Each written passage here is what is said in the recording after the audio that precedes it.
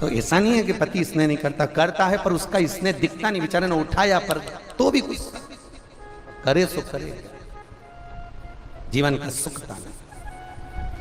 भगवान अनसुईया मैया पतिव्रता धर्म का पालन करती है, पति को परमेश्वर मानती हैं, पति के चरणों का अनुमोदन करती है, पति के चरणों का स्मरण करती है,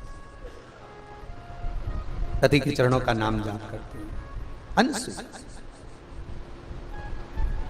और जब पति के चरणारविंद का स्मरण किया गया, पति के चरणारविंद को नमन किया गया, अनसुईया मैया का सात्वित्व तीनों लोकों में छा गया। एक दिन लक्ष्मी जी ने भगवान विष्णु के सम्मुख में पार्वती और ब्रह्माणी को बुलाया, और पार्वती और ब्रह्माणी को बुलाकर कहा, सुनो, हमने सुना है कि अनसुईया का सात्वित्व बड़ा प्रबल है। हाँ, परीक्षा ली जाए। ठीक है, ले। तीनों देवियों ने अपने अपने स्वामियों से कहा, जाकर अनसुईया जी की परीक्षा लीजिए। क्या परीक्षा लेना है? अनसुईया जी के दरवाजे पर जाकर भिक्षा मांगना, और भिक्षा भी मांगना तो नग्न अवस्था में मांगना। अनसुईया के वस्त्र नहीं होना चाहिए। एक नारी दूसरी नारी के लिए शब्द कर रही है कि भिक्षा मांगना तो ऐसी मांगना कि तन पर वस्त्र ना हो। भगवान विष्णु ने लक्ष्मी से कहा, रही हो लक्ष्मी, ये कैसे प्रसंग कर रही है तू? तेरी बुद्धि, तेरी सोच, तेरी वृत्ति गई कहां? ये कहां चली गई? बहुत ध्यान देना, कलकत्ता में था, जैसा खाया अन्न, जम के बोलो, वैसा हो गया मन, जैसा पिया पानी वैसी हो गई वाणी, और जैसा पिया दूध वैसा बन गया बुद्ध। बुद्धि दूध से बनी। विचार करिए, अनसुईया जी की परीक्षा लेने का भाव लक्ष्मी के मन में कैसे आ गया? आया क्यों? लक्ष्मी के मन में यह प्रसंग कहां से आ गया कि अनसुईया जी की परीक्षा लो? मन में यह भाव कहां से आया? कैसे प्राप्त हुआ? कारण क्या था? हर चीज में कोई ना कोई एक कारण होता है जिसके कारण व्यक्ति उस क्रम तक पहुंचता है। हर चीज में एक कारण है।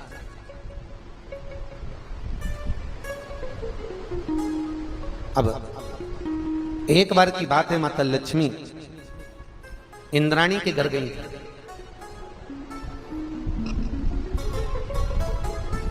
और इंद्राणी के साथ में मिलकर माता लक्ष्मी दक्षिणा देवी के दरवाजे पर पहुंचे, और दक्षिणा देवी के दरवाजे पर पहुंचकर माता लक्ष्मी ने, आज बहुत तेज भूख लगने पर दक्षिणा को 3 बार कहा, दक्षिणा मुझको भोजन चाहिए, भूख लग रही है। दक्षिणा न लाई। इंद्राणी दक्षिणा देवी के भवन में गई और बिना पूछे वस्तु को उठाकर लाई और लक्ष्मी को दे दिया। इंद्राणी और लक्ष्मी ने पा लिया। दक्षिणा देवी आकर देखी कि मेरे भीतर भवन में जो रखा था ये दोनों पा रही हैं, कोई बात नहीं, पर दोस्त तो है ना, किसी की रखी। आपको पहले भी कथा में कहा, ये चोर तत्व तो कहलाएगा। भागवत जी में 5 तरह के चोर कहे। कितने? जम के बोलो जरा। 5। पहले नंबर का चोर जो किसी की वस्तु को बिना पूछे उठा। ठीक है, बोलते तो जाओ, हुंकारा भरते जाओ। ठीक है, भागवत जी में लिखा। पहले नंबर का चोर जो किसी की वस्तु को बिना पूछे उठाए, वो भी चोर कहलाता है। दूसरे नंबर का चोर किसी के घर में बिना पूछे चले जाए, वो भी चोर कहलाता है। तीसरे नंबर का चोर जो भगवान को दिए बिना पहले खुद खा जाता है, वो भी चोर कहलाता है। चौथे नंबर का चोर किसी की रखी हुई वस्तु को ठोकर मारकर चले जाए, वो भी चोर कहलाता है। 5वें नंबर का चोर बाजार गया, गजक खरीदी, आइसक्रीम खरीदी, टॉफी खरीदी, जेब में भरी, अपनी पत्नी के कमरे में जाकर चुपचाप दोनों धनी लुगाई खा गए और बूढ़े माँ बाप को नहीं दिया, वो भी चोर कहलाता। वो भी चोर कहलाता जो अपने माता पिता को दिए बिना खा ले।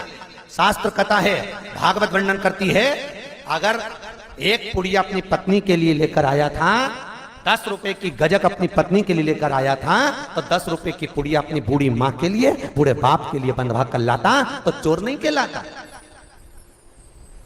पर जो माता पिता को दिए बिना अपने कमरे में बैठकर चुपचाप खा जाए और बूढ़े मां बाप को ना दे, वो भी चोर कहलाता है। मुझे उम्मीद है भोपाल के लोग ऐसे नहीं होंगे।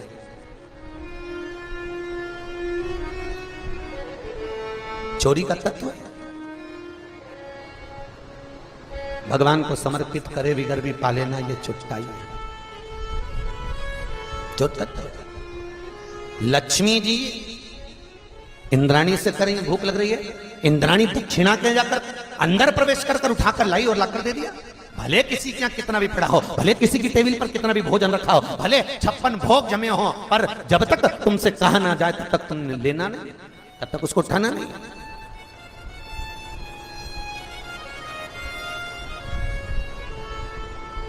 उसको स्वीकृत नहीं किया।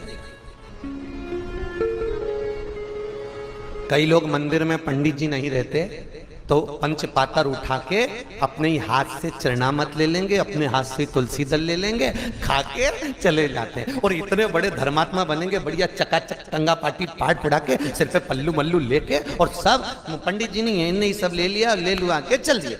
ईमानदारी से बोलो, हो कि नहीं चोटे? अरे बोलो तो सही, चोर हो कि नहीं? आज्ञा ली तुमने? राम जी से पूछा, जिसके मंदिर में खड़े थे उस परमात्मा से पहले आज्ञा लेना थी कि भले पंडित जी नहीं है तो भगवान से कहना था, प्रभु पंडित जी नहीं है, हम ले लें आपसे, पंचामत चरणामत लें आपसे, और भगवान आज्ञा दे दें तो ले लो। अरे है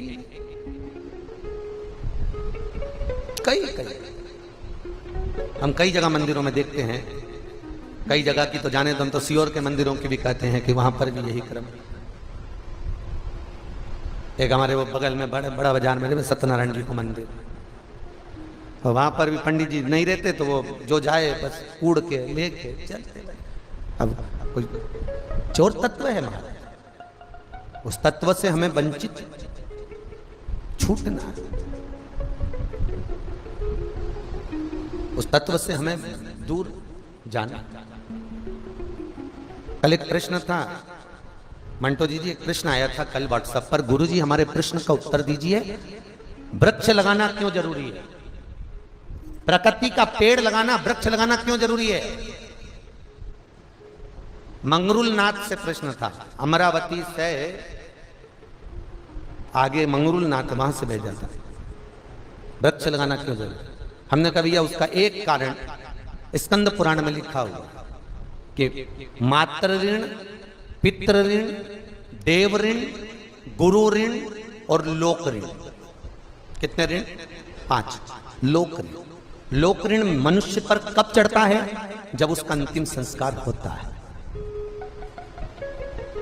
अंतिम संस्कार के समय पर उसके नीचे चिता जलाते समय लकड़ियां लगाई जाती है, उस लकड़ी में जो आग लगती है उस लकड़ी का ऋण मरने वाले की छाती पे चढ़ जाता है, उसको कहते हैं लोक ऋण।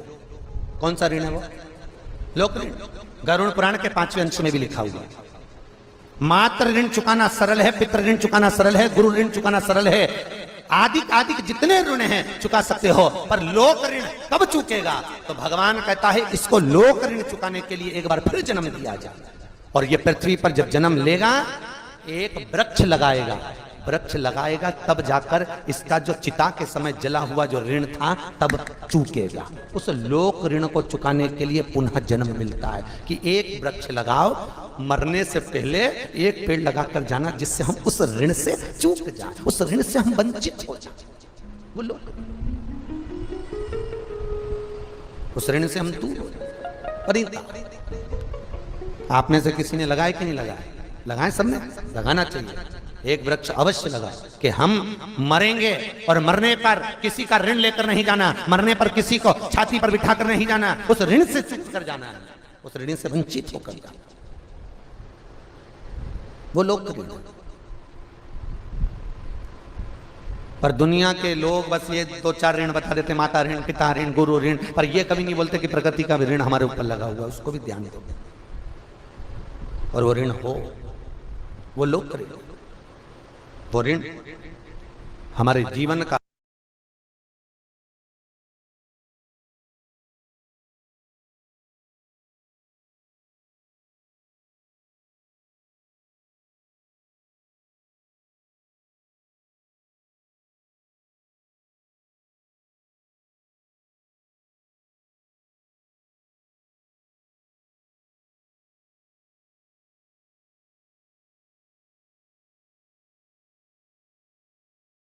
में से एक थी अनसुईया, आंतरी ऋषि के साथ भी है, जिनका पतिव्रता धर्म का पालन करना, पति को परमेश्वर मानना, पति चरणारविंद का स्मरण करना, पति के चरणारविंद में रमे रहना, यह माता अनसुईया का कर्तव्य था।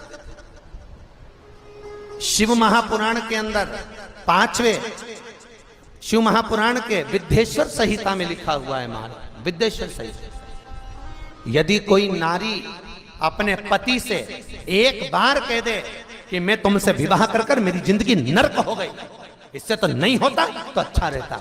जो नारी अपने पति के साथ झगड़ा करते समय इस संबोधन को बोल देती है, वो नारी 1000 बार करवा चौथ का व्रत कर ले, सोमवार का व्रत कर ले, एकादशी का व्रत कर ले, उस नारी का सात्वित्व कभी नहीं रहता, उसका सात्वित्व भंग हो जाता। केवल एक संबोधन कर बोध पर 33 कौटी देवताओं की धर्म पत्नियां भी तो 33 कौटी होंगी।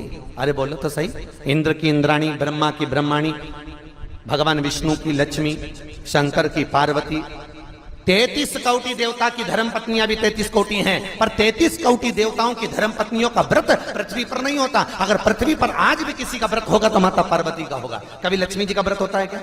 अरे बोलो तो, ये दिवाली पे तुम लक्ष्मी जी का व्रत कर लेती हो, ये तुम्हारे हिसाब से करती हो, शास्त्र प्रमाणित व्रत नहीं है ये कि कहीं लिखा हो शास्त्र में, किसी पुराण में नहीं लिखा कि दिवाली का व्रत करो, डट के चरो, खूब खाओ, व्रत वाले ना। तो वो तुम भूखी रहे हो लक्ष्मी जी को बुलाने के लिए, वो तुम्हारा मन है, तुम्हारी सोच है। कई कई माताओं की आदत रहती है, मैं तो शाम को खाऊंगी, आज मेरा दीपावली का व्रत है, खाओ, 4-6 दिन मत खाओ तुम, तो उसमें क्या जाए।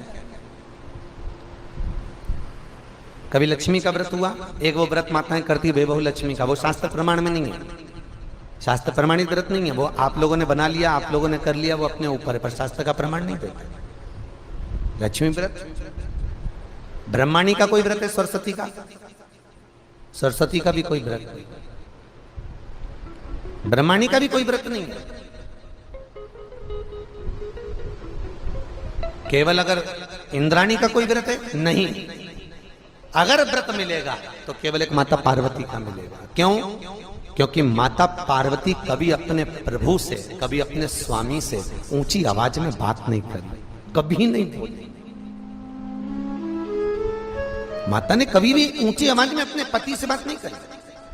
लक्ष्मी ने जरूर एक बार भगवान विष्णु से कहा था, एक बार भगवान विष्णु लक्ष्मी को देखे और लक्ष्मी श्रृंगार कर रही थी, देखकर भगवान नारायण को हंसी आ गई। हंसकर भगवान विष्णु जैसे खड़े हुए, इतने में लक्ष्मी ने कहा, वाह नारायण वाह, आप अपनी पत्नी को देखकर घोड़े जैसे हंस रहे हो। मैं आपको श्राप देती हूं नारायण, आप मुझ पर हंसे हो, आपका ये मुख कट जाए और तुम्हें घोड़े का मुंह लग जाए। लक्ष्मी ने नारायण को श्राप दिया था, तो भगवान विष्णु का हयग्रीव अवतार हुआ था, हयग्रीवा को मारने के लिए भगवान का शीश कट गया था, तो घोड़े का मुंह लगाया था। काय का मुंह लगाया? घोड़े का। लक्ष्मी ने नारायण को श्राप दिया। एक बार जब पुष्कर राज में ब्रह्मा जी यज्ञ करने के लिए बैठ रहे थे, ब्राह्मणों ने कहा जल्दी करो, ब्रह्माणी को बुलाओ, मुहूर्त निकल रहा है, बुलाओ ब्रह्माणी को। अब ब्रह्माणी तो तैयार होने में लगी, आई नहीं, ब्रह्माणी को बुलाया जाए, आती नहीं ब्रह्माणी, बस आ रही हूं तैयार होके चलो। होता है पति बेचारा गाड़ी में बैठ के हारन बजाता रहे, पत्नी बेचारी अपना रुमाली ढूंढती रह जाए, होता है। वो बार बार हारन बजाए, ये बार बार क्या आ रही, अब ब्रह्माणी भी ऐसी आ रही, बस कह रही बंधु। इतने में देव ब्राह्मणों ने कहा मुहूर्त निकल जाएगा, तो ब्रह्मा जी ने कहा आपको जो करना है करो और यज्ञ चालू करो। इतने में ब्राह्मणों ने गाय को पकड़कर खड़ा करा और गाय माता के सामने ब्राह्मणों ने वेद की ध्वनि करना प्रारंभ करी। जैसे ही वेद की ध्वनि करना प्रारंभ करी, गाय के मुख से वेद माता गायत्री को प्रकट कर लिया और गायत्री को प्रकट कर कर भगवान ब्रह्मा जी के पास में गठजोड़ा बांधकर बिठा दिया। यज्ञ प्रारंभ हो गया। इतने में सरस्वती तैयार होकर आ गई। ब्रह्माणी जैसे तैयार होकर आई, ब्रह्माणी ने देखा कि मेरी जगह पर कोई दूसरा बैठा है। ब्रह्माणी क्रोध में लाल होकर बोली, ए ब्रह्मदेव, तुमने मेरे स्थान पर किसी दूसरी नारी को बिठाया है, मैं तुम्हें श्राप देती हूं, पृथ्वी पर कहीं तुम्हारे मंदिर नहीं बनेंगे। केवल एक पुष्कर राज की भूमि पर अगर तुम्हें मंदिर बनवाना है तो एक कन्या का कन्यादान करना पड़ेगा।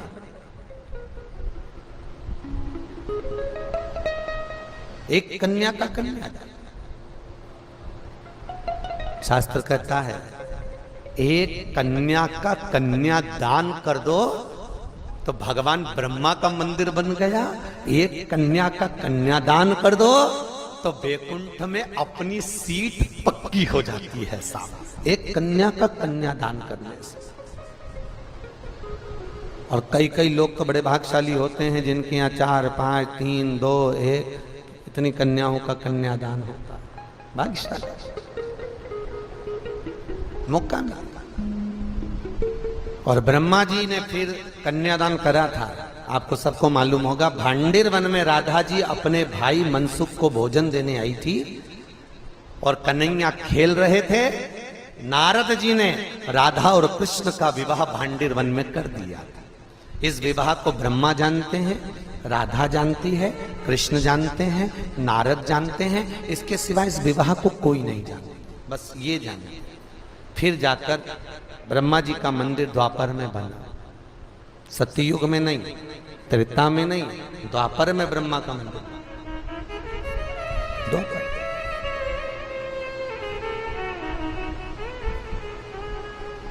द्वापर मंदिर। ब्रह्माणी ने ब्रह्मा को श्राप दिया था, नारायणी लक्ष्मी ने भगवान विष्णु को श्राप दिया था, इंद्राणी ने इंद्र को श्राप दिया था, पर माता पार्वती ने कभी भगवान शंकर से ऊंची आवाज में बात नहीं करी थी।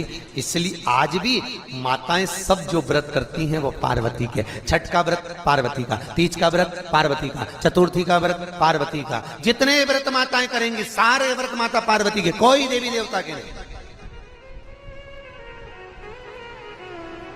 बस निवेदन आपसे भी है, व्रत आपके भी चालू हो सकते हैं अगर तुम अपने पति से ऊंची आवाज में बात नहीं करो तो। व्रत तो चालू। तो जब भी बोलती है सी गरज के बोलती राम। एक पति की पत्नी मर गई, पति अंतिम संस्कार करने गया था और अंतिम संस्कार कर कर वापिस आ रहे थे। आते से बहुत धड़ाके से बिजली कड़की। जैसी बिजली कड़की, पति नीचे झुका, जमीन पे प्रणाम करा, प्रणाम करके तुरंत कहा पहुंच गई। तो जितने लोग अंतिम संस्कार करके आ रहे थे उन्होंने कहा तुझे कैसे मालूम कि पहुंच गई?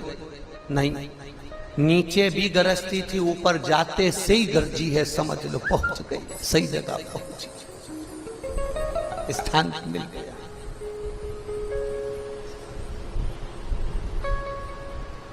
होता है। अब अनसुईया मैया पतिव्रता धर्म का पालन करती है। अनसुईया मैया पतिव्रता धर्म का पालन करती है, पति को परमेश्वर मानती है, पति के चरणों को नमन करती है, पति के चरणारविंद का स्मरण करती है, पति के चरणों को नित्य पति प्रणाम करती है। आप में से कितनी माताएं जो अपने पति को रोज प्रणाम करती है? जरा हाथ उठा लो। अरे एक आध उठा लो, शर्मा सुरमु में उठा लो, झूठा मुंह उठा लो। 1, 2, 3, 4, 4.5 नहीं, वो 4.5 इसलिए ऊपर करा था, गिरा दिया, मैं समझ लिया चतुर्थी के दिन पड़ती होगी, केवल करवा चौथ के दिन। इतना तो मेरे को भी ध्यान दे हो, पर करना चाहिए, नित्य प्रति प्रणाम तो करना चाहिए। अच्छा तुम मत, कभी कभी ऐसा भी होता है तुम नहीं करती वो कर लेता हो। कभी कभी ऐसा भी होता है, आपने देखा है कई बार घर में जब झगड़ा होता है तो पति बेचारा कहता है मैं तेरे हाथ जोड़ू, तेरे पांव पड़ू, चुप हो जा, अरे जगदम्बा हो जा। अब बेचारा और क्या करे? तुम अच्छा तुम बताओ इससे ज्यादा क्या करेगा वो? वही बेचारा अकेले में तेरे पांव पड़ लू, तू चुप हो जा। बोले अनसुईया मैया पतिव्रता धर्म का पालन करने वाली है, पति को परमेश्वर मानने वाली, पति के चरणारविंद का स्मरण करने वाली, पति के चरणों का अनुमोदन करने वाली, पति के प्रणाम। अच्छा ईमानदारी से बोलना, पत्नी पति को ज्यादा स्नेह करती है कि पति पत्नी को ज्यादा स्नेह करता है? कितनी जल्दी बोली। इतनी जल्दी सब चतुर हो गए भोपाल के। बुआ जी जय हो थारी, सब चतुर। अब पर ऐसा नहीं है, पति बोलता नहीं है, उसका प्रेम उसका स्नेह दिखता नहीं है। पर शिव महापुराण में और भागवत में पति के चरित्र। अच्छा उसको भी जाने दो, तुम तो अपनी एक बात। एक पति गार्डन में घूम रहे थे और गार्डन में घूमते घूमते एक बड़ा सा कुत्ता आ गया और पत्नी जिधर चल रही थी उधर ही कुत्ता था। बेचारे पति को लगा ये खींचा, कुत्ता और आगे बढ़ा।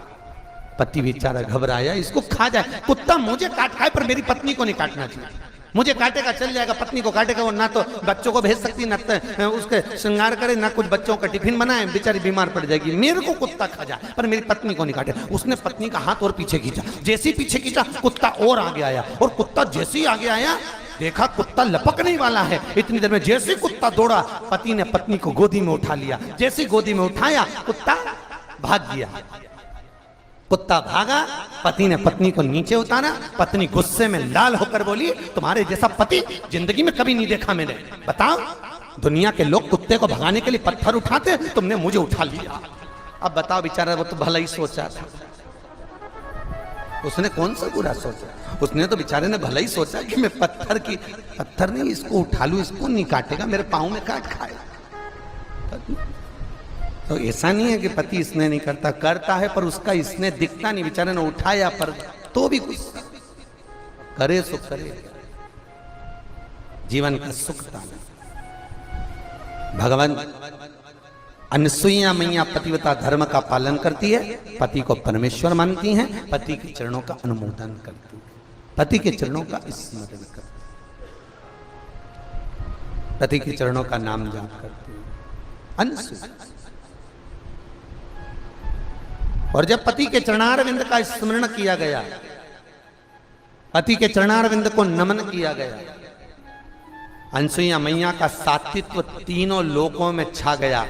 एक दिन लक्ष्मी जी ने भगवान विष्णु के सम्मुख में पार्वती और ब्रह्माणी को बुलाया, और पार्वती और ब्रह्माणी को बुलाकर कहा, सुनो, हमने सुना है कि अनसुईया का सात्वित्व बड़ा प्रबल है। हाँ, परीक्षा ली जाए। ठीक है, ले।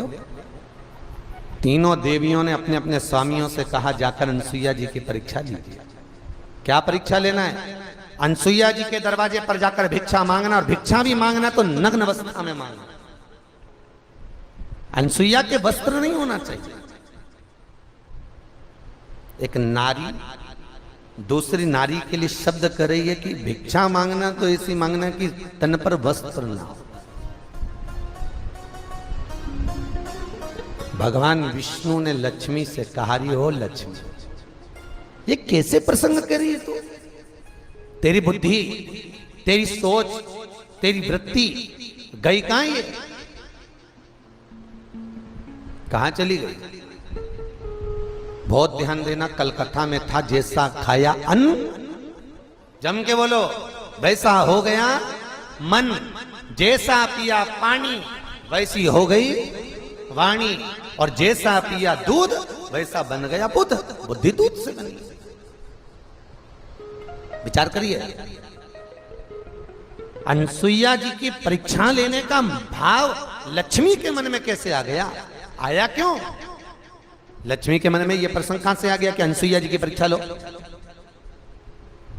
मन में यह भाव कहां से आया? कैसे प्राप्त हुआ? कारण क्या था?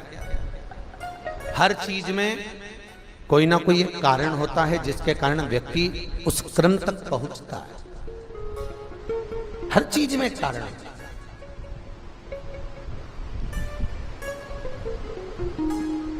अब एक बार की बात है, माता लक्ष्मी इंद्राणी के घर गई।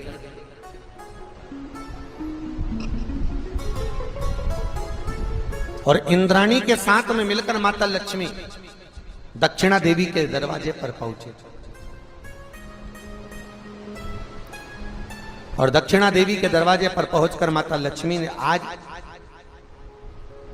बहुत तेज भूख लगने पर दक्षिणा को 3 बार कहा, दक्षिणा मुझको भोजन चाहिए, भूख लग रही है। दक्षिणा ना लाई। इंद्राणी दक्षिणा देवी के भवन में गई और बिना पूछे वस्तु को उठाकर लाई और लक्ष्मी को दे दिया। इंद्राणी और लक्ष्मी ने पा लिया। दक्षिणा देवी आकर देखी कि मेरे भीतर भवन में जो रखा था ये दोनों पा रही हैं, कोई बात नहीं, पर दोस्त तो है ना किसी की यहाँ रखी। आपको पहले भी कथा में कहा ये चोर तत्व तो कहलाएगा। भागवत जी में 5 तरह के चोर कहें। कितने? जम के बोलो जरा। 5। पहले नंबर का चोर जो किसी की वस्तु को बिना पूछे उठा। ठीक है, बोलते तो जाओ, हुंकारा भरते जाओ। ठीक है, भागवत जी में लिखा। पहले नंबर का चोर जो किसी की वस्तु को बिना पूछे उठाए वो भी चोर कहलाता है। दूसरे नंबर का चोर किसी के घर में बिना पूछे चले जाए वो भी चोर कहलाता है। तीसरे नंबर का चोर जो भगवान को दिए बिना पहले खुद खा जाता है वो भी चोर कहलाता है। चौथे नंबर का चोर किसी की रखी हुई वस्तु को ठोकर मारकर चले जाए वो भी चोर कहलाता है। 5वें नंबर का चोर बाजार गया, गजक खरीदी, आइसक्रीम खरीदी, टॉफी खरीदी, जेब में भरी, अपनी पत्नी के कमरे में जाकर चुपचाप दोनों धनी लुगाई खा गए और बूढ़े माँ बाप को नहीं दिया, वो भी चोर कहलाता। वो भी चोर कहलाता जो अपने माता पिता को दिए बिना खा ले। शास्त्र कहता है, भागवत वर्णन करती है, अगर एक पुड़िया अपनी पत्नी के लिए लेकर आया था, 10 रुपए की गजक अपनी पत्नी के लिए लेकर आया था, तो 10 रुपए की पुड़िया अपनी बूढ़ी माँ के लिए, बूढ़े बाप के लिए बंधवा कर लाता तो चोर नहीं कहलाता।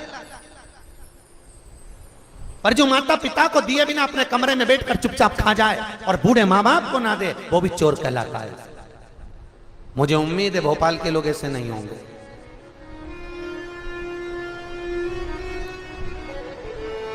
चोरी का तत्व है। भगवान को समर्पित करे बिगर भी पाले ना, ये चोटाई है। जो तत्व लक्ष्मी जी इंद्राणी से करेंगे, भूख लग रही है, इंद्राणी दक्षिणा के जाकर अंदर प्रवेश कर उठाकर लाई और लाकर दे दिया। भले किसी के यहाँ कितना भी पड़ा हो, भले किसी की टेबल पर कितना भी भोजन रखा हो, भले 56 भोग जमे हो, पर जब तक तुमसे कहा ना जाए तब तक तुमने लेना नहीं, तब तक उसको उठाना नहीं।